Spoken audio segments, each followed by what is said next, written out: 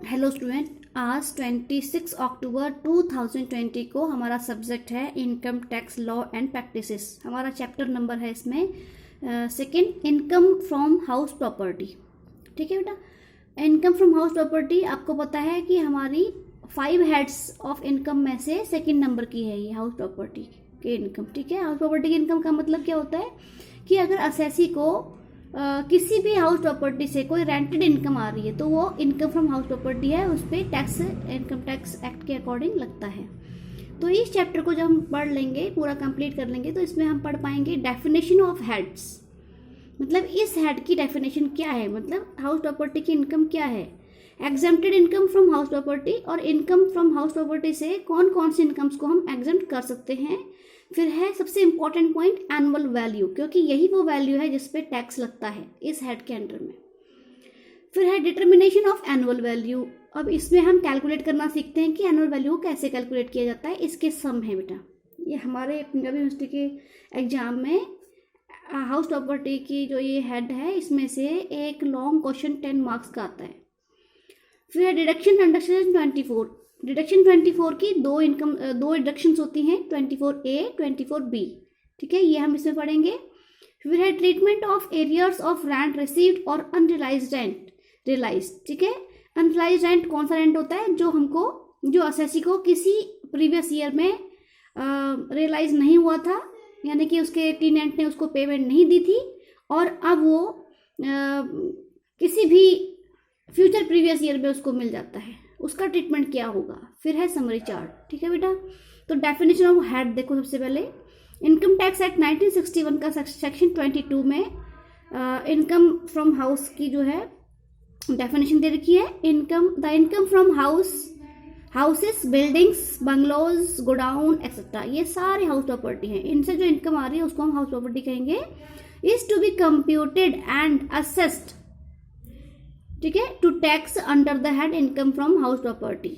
तो the income under this head is not based upon the actual income from the house property but upon notional income of the annual value of the buildings. ठीक है, वो क्या कहता है कि जो इस हेड की जो इनकम है, इस हेड की इनकम में एक्चुअल रेंट जो रिसीव हो रहा है, ये एक्चुअल इनकम जो हो रही है हाउस प्रॉपर्टी, उस पर टैक्स नहीं लगाते हैं, बल्कि नोशनल इनकम यानी कि जो हमारी एस्टिमेटेड वैल्यू है उस बिल्डिंग की, उस पर टैक्स लगता है। फिर है house property equal to annual value of building minus deductions under specified under section 24। तो हाउस प्रॉपर्टी की जो इनकम होती है वो उस हाउस प्रॉपर्टी की एनुअल वैल्यू में से 24 सेक्शन की डिडक्शंस को लेस करने के बाद जो इनकम बचती है वो हमारी टैक्सेबल इनकम होती है। ठीक है बेटा, तो देखो ये मैंने आपको पहले भी पढ़ाया है। ठीक है, पहले एक वीडियो में आपको करा चुकी हूँ, आज मैं सीधे आपकी एनुअल वैल्यू से स्टार्ट करवा रही हूँ बेटा। ठीक है ना, तो देखो एनुअल वैल्यू, यहीं से हमारा लॉन्ग क्वेश्चन स्टार्ट होता है। The term annual value is very important as calculation of income from house property depends upon correctly calculated annual value. तो जो हमारा एनुअल वैल्यू है वो टर्म बहुत ही इंपॉर्टेंट बता रहा है ये, क्योंकि हाउस प्रॉपर्टी की जो इनकम होती है वो इसी एनुअल वैल्यू पे को कैलकुलेट करने पर डिपेंड होती है। अगर असेसी अपनी एनुअल वैल्यू को करेक्टली कैलकुलेट कर लेता है तो उसका टैक्स भी करेक्टली कैलकुलेट होगा। It takes into consideration not only the rent received but also the expected rent a house can fetch under the given situation and not only the once but from year to year. ठीक है, तो कहता है कि जब हम annual value को calculate करते हैं तो हम सिर्फ और सिर्फ रेंट रिसीव्ड को, यानी एक्चुअल रेंट रिसीव को कंसिडर नहीं करेंगे, बल्कि हम उस एक्सपेक्टेड रेंट को भी कंसिडर करेंगे जो कि उस हाउस प्रॉपर्टी से हमको सेल करके ओपन मार्केट में मिल सकता है। ठीक है, तो इन दोनों में एक्चुअल रेंट रिसीव्ड और एक्सपेक्टेड रेंटल वैल्यू, इन दोनों में विच एवर इज हायर, उसी पे वही एनुअल वैल्यू बन जाती है और उस पर टैक्स लग जाता है। ठीक है, फिर है डेफिनेशंस। देखो, for the purpose of section 22 the annual value of any property shall be deemed to be. तो देखो इन तीनों में से A, B, C में से किसी भी वैल्यू को हम एनुअल वैल्यू डीम कर सकते हैं, मान सकते हैं। तो the sum for which the property might reasonably be expected to let from year to year, यानी कि वो अमाउंट, जिस अमाउंट पे हम उस प्रॉपर्टी को रीजनेबली ईयर टू ईयर यानी हर साल हम उसको रेंट पे दे सकते हैं वो अमाउंट। दूसरा, where the property or any part of the property is let and the actual rent received or receivable by the owner in respect thereof is in excess of the sum referred to in clause A the amount so receivable or received।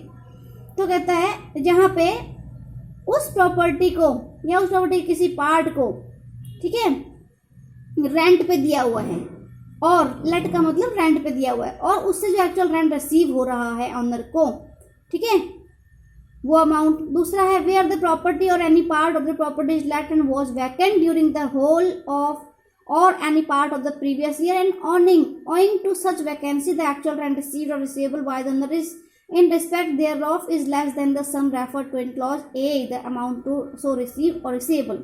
इसमें वो कह रहा है कि भाई अगर उस house property को या उसके किसी पार्ट को during this period, during this previous year अगर उसको किराए पे लगाया जाता है, रेंट पे लगाया जाता है, तो उससे जो हमको एक्चुअल रेंट रिसीव हो रहा है उसमें से कोई वैकेंसी वगैरह है तो वो हम लेस कर देंगे, तो वो अमाउंट तीनों में से जो अमाउंट होगा वही एनवी वैल्यू बन जाएगी।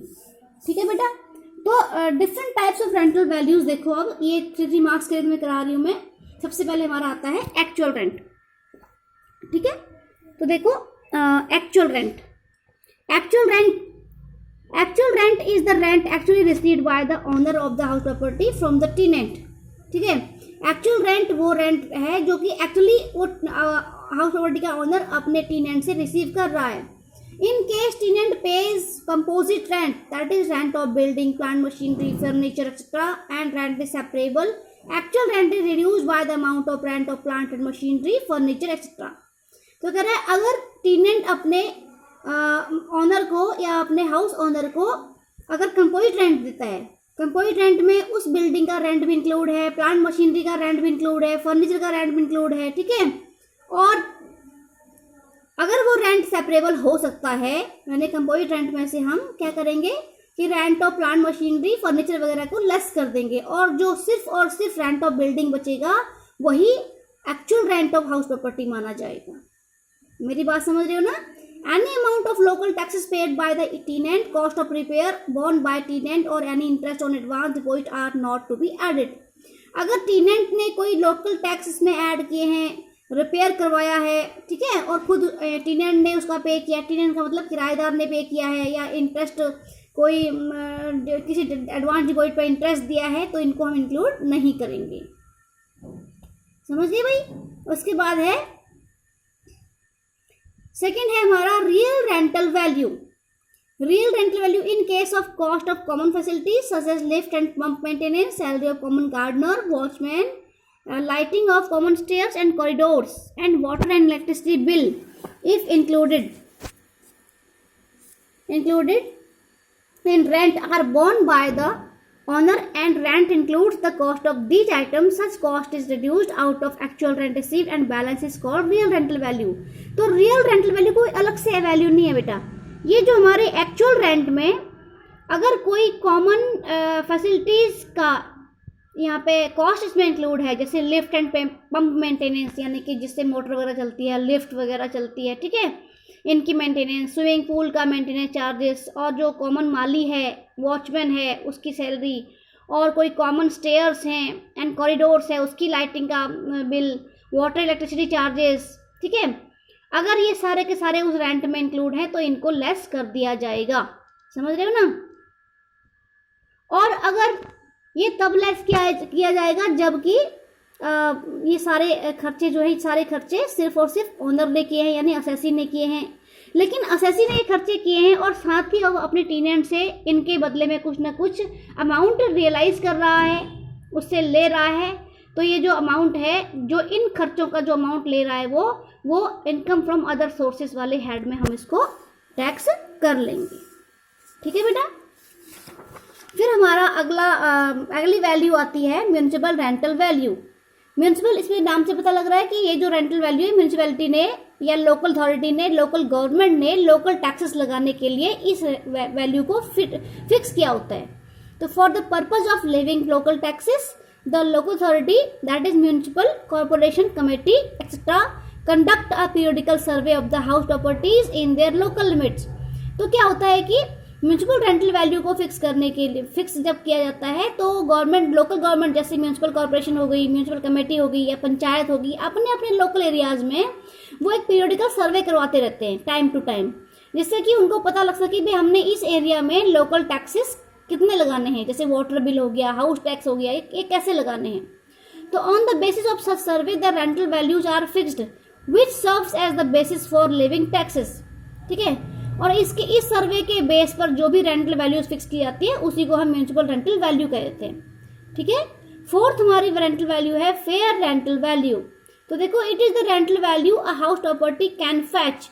तो ये वो रेंटल वैल्यू है जो कि वो हाउस प्रॉपर्टी को बेचने से हमको मिल सकती है। ठीक है, या फिर उस हाउस प्रॉपर्टी को हम अगर ओपनली हम उसको रेंट पे लगाए तो हमको जो रेंटल वैल्यू मिलेगी वो रेंटल वैल्यू ये होती है, ये भी फिक्स की होती है। तो it is based on the rent prevailing for similar type of accommodation in same और सिमिलर टाइप ऑफ लोकेलिटी। तो ये फेयर रेंटल वैल्यू को पता कहाँ से लगता है कि उस सेम टाइप की लोकेलिटी में, उस सेम टाइप के, उसी सेम टाइप की जो हाउस प्रॉपर्टी है उसके जैसी और हाउस प्रॉपर्टी, उनका रेंट जो चल रहा है वही रेंटल वैल्यू ये मानी जाएगी। It is based on the principle that rent prevailing is in same locality for similar size property is almost the same। और इसका ये बेस होता है कि सेम लोकेलिटी में सेम साइज की हाउस प्रॉपर्टी का रेंट भी सेम होना चाहिए। Such rental value is called fair rental value. अब आता है स्टैंडर्ड रेंट। अब इसको समझो कि स्टैंडर्ड रेंट वो रेंट होता है जो गवर्नमेंट जहाँ पे रेंट कंट्रोल एक्ट जहाँ पे लागू कर रही है उसके अकॉर्डिंग वो रेंट फिक्स कर देती है। ऐसा होता है बेटा कि जो हमारे बड़े बड़े मेट्रो सिटीज़ होते हैं, ठीक है, वहाँ पे जो भी टेनेंट जाते हैं तो जो उनके हाउस प्रॉपर्टी के ओनर्स होते हैं वो ज़्यादा से ज़्यादा रेंट वसूल करना चाहते हैं, ठीक है, अपने टेनेंट से। लेकिन वहाँ पे गवर्नमेंट जब वहाँ पे रेंट कंट्रोल एक्ट वहाँ पे लागू कर देती है, वहाँ पे एप्लीकेबल हो जाता है, तो एक रेंट फिक्स कर देते हैं कि भाई कि जो उस एरिया के जो जितने भी हाउस प्रॉपर्टी है उसके लिए एक रेंट फिक्स कर दिया जाता है कि जो मकान मालिक हैं वो इस रेंट से ज़्यादा रेंट अपने टेनेंट से वसूल नहीं कर सकते हैं। ठीक है, तो इसको हम बोलते हैं स्टैंडर्ड रेंट। फिर लास्ट में हमारा आता है एक्सपेक्टेड रेंटल वैल्यू। तो एक्सपेक्टेड रेंटल वैल्यू वो रेंटल वैल्यू है जिसको हम एक्चुअल रेंट से कंपेयर करते हैं, और विच एवर इज हायर वही टैक्सेबल हो जाता है। तो एक्सपेक्टेड रेंटल वैल्यू को कैलकुलेट करने के लिए ऊपर वाली जो चार हमने रेंटल वैल्यूज कैलकुलेट की हैं, actual rent, municipal rental value, fair rental value, real rental value, इन सबको हम कंपेयर करते हैं। ठीक है, तो देखो स्टेप क्या है इसका। In case standard rental value has been fix, ठीक है, जहाँ पे स्टैंडर्ड रेंट फिक्स कर रखा है, स्टैंडर्ड रेंट जहाँ पे रेंट कंट्रोल एक्ट एप्लीकेबल है वहाँ पे स्टैंडर्ड रेंट हमको गिवन होगा। ठीक है, और जहाँ पे रेंट कंट्रोल एक्ट एप्लीकेबल नहीं है वहाँ पे हमको स्टैंडर्ड रेंट फिक्स नहीं गिवन नहीं होगा।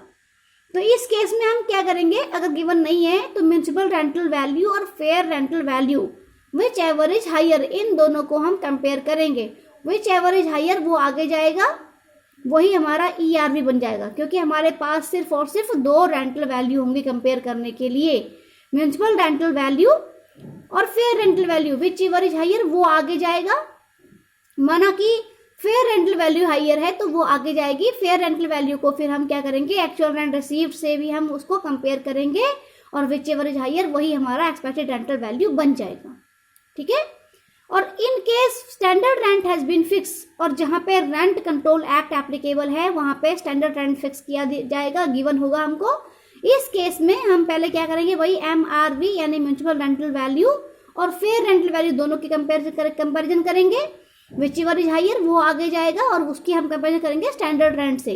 अब जहाँ पे हम स्टैंडर्ड रेंट से कंपेयर कर रहे हैं वहाँ पे हम लेसर अमाउंट को देखते हैं, वहाँ पे रेंटल अमाउंट लेसर अमाउंट को यानी लेसर रेंटल वैल्यू को हमने एक्सपेक्टेड रेंटल वैल्यू मान लेना है। ठीक है, तो अगर स्टैंडर्ड रेंटल वैल्यू कम है, फेयर रेंटल वैल्यू ज़्यादा है, तो इस केस में स्टैंडर्ड रेंट ही हमारा एक्सपेक्टेड रेंटल वैल्यू बन जाएगा। समझ गए? तो ये ऐसे होता है बेटा। तो तुम्हें मैं एक सम करा देती हूँ। पहले एक्सरसाइज नंबर 3 देखो बेटा। From the figure given below calculate the expected rental value in each case separately. ये 3 मार्क्स का क्वेश्चन आएगा।